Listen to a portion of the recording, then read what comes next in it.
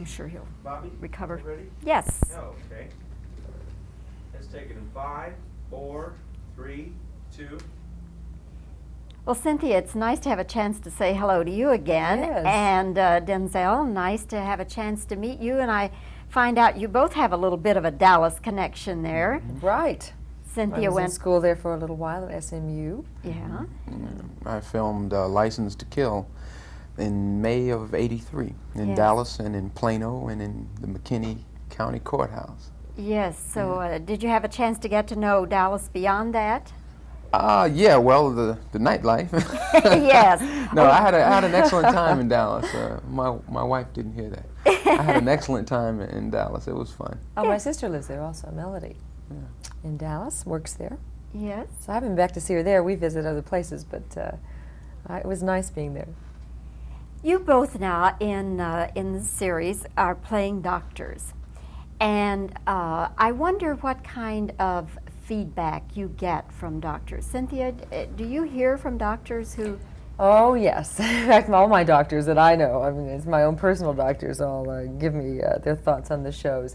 Lots of letters from doctors, and people come up and introduce themselves, and love to express that it's their favorite show, and finally a show that's based in reality and so true to life, and things that really happen in their hospital, and they just are so happy to see that. So get a lot of positive feedback.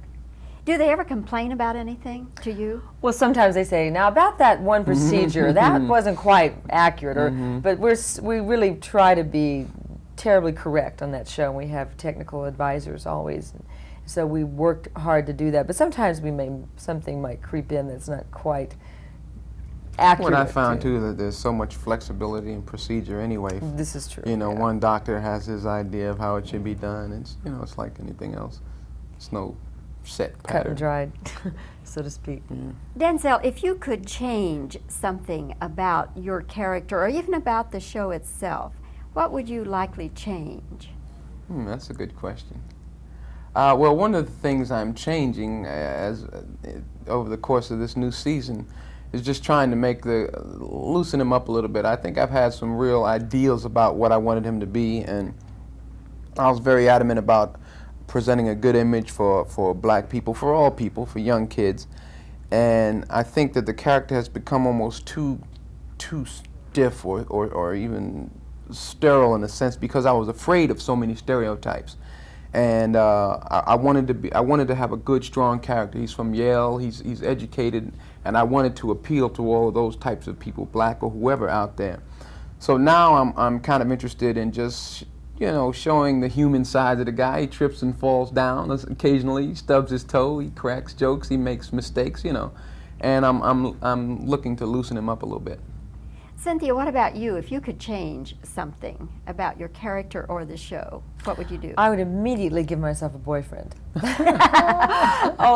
I say that because I think for the past couple of years, and I very much like Denzel's character, as a woman, being a very strong, intelligent, committed, independent woman in a male-dominated profession, and she has those kind of struggles to fight stereotyping and to be taken seriously.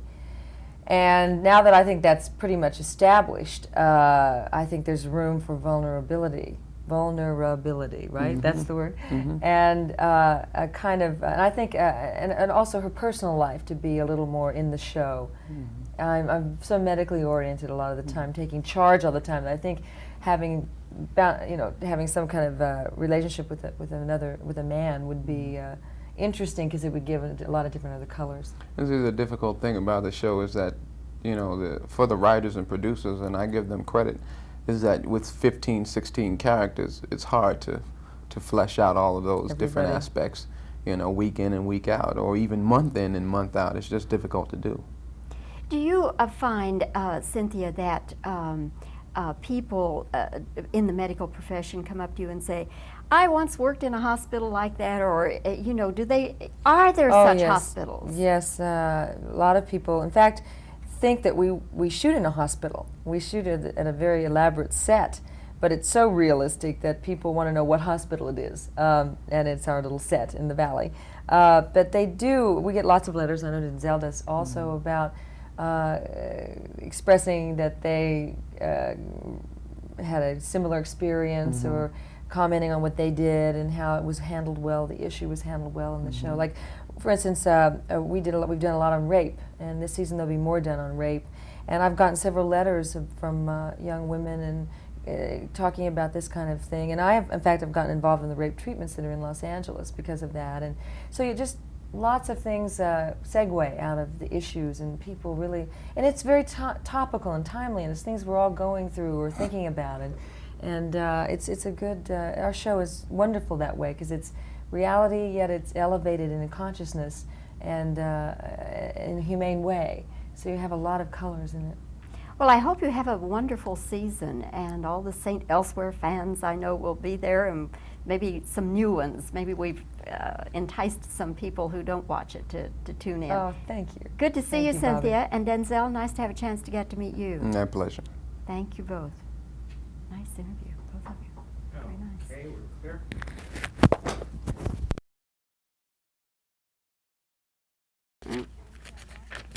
These are the Denzel Washington, Cynthia Sikes questions.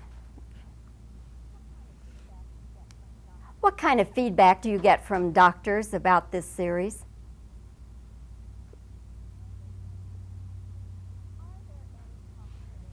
Are there any hospitals like St. Elsewhere's?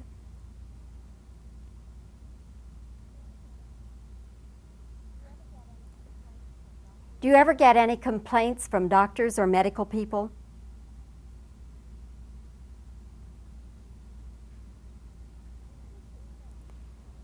If you could change something about the series or about your character, what would it be? What kind of changes would you make in your character if you could?